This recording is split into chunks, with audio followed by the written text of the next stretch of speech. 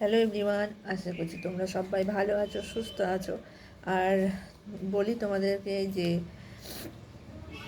এই সময়টা যে যাচ্ছে 2025টা যে যাচ্ছে, জানি না কাদের ভালো গেছে কাদের খারাপ গেছে। 2025টা অনেক মানুষের ঝড় এসছে, আর্থিক দিক দিয়ে, শারীরিক দিক দিয়ে। যেমন আমি শারীরিক দিক দিয়ে প্রচুর ভুগেছি এই ফ্যামিলি সাপোর্ট আর নিজের মানুষের ভালোবাসাতে।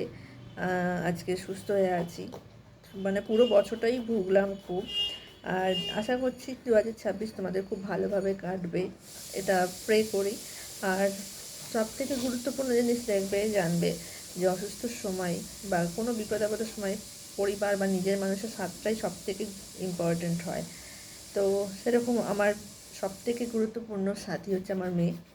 যেখানে যাই, বন্ধু বলো যাই বলো, কারণ ওই সাথে থাকে আর নিজের মানুষ আর ফ্যামিলি দূরেই থাকে। কিন্তু যাই হোক, দূরে থেকেও ভালোবাসাটা অনেক। নিজের মানুষের সাথ আছে বলে আজকে এখানে আছি, প্ল্যাটফর্মেও কাজ করছি, আজকে নিজে দাঁড়িয়েও আছি নিজের জায়গাতে।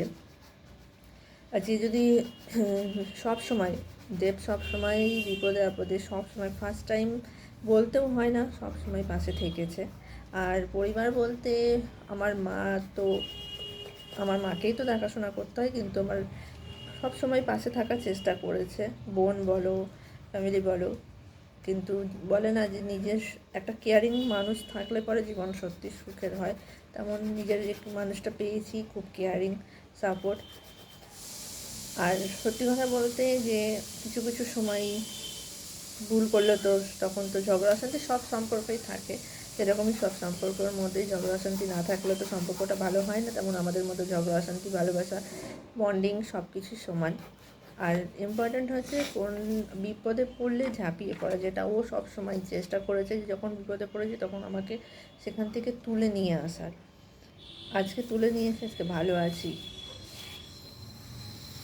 এরকম সবাই চায় যে একটা কেয়ারিং হাজব্যান্ড, যে সবসময় শুধু সুখে না, সবসময় বিপদ আপদ সুখে সবসময় সাথ দেবে।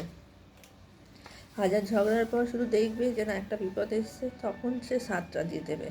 এখন যা দুনিয়াতে রেখেছি যে সেরকম থাকে না, পাশে থাকার মানুষের অভাব খুব হয়ে গেছে তেমনই।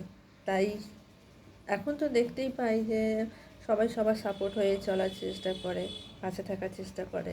হ্যাঁ, 19-20 হয়, কেউ বেশি সাপোর্ট করে, কেউ কম সাপোর্ট করে, তবুও ভালোবাসাটা জায়গা থাকলে একে অপরের সাপোর্ট নিয়ে পাশে থাকাটা সবথেকে জরুরি। তেমনই হাজব্যান্ড ওয়াইফের রিলেশানটাই সেটাই। শূন্য পকেটে যে নারী তার পুরুষের পাশে থাকবে সেটা সত্যিকারের ভালোবাসা। আর অসুস্থতা যেই স্ত্রীর পাশে একটা মানুষ দাঁড়িয়ে থাকবে, বিপদ আপদে পাশে দাঁড়িয়ে থাকবে, সেটাই প্রকৃত ভালোবাসা। এরকম আমরাও পেয়েছি, আমিও পেয়েছি। সত্যি খুব ধন্য। তোমরা সবাই ভালো থেকো, সুস্থ থেকো।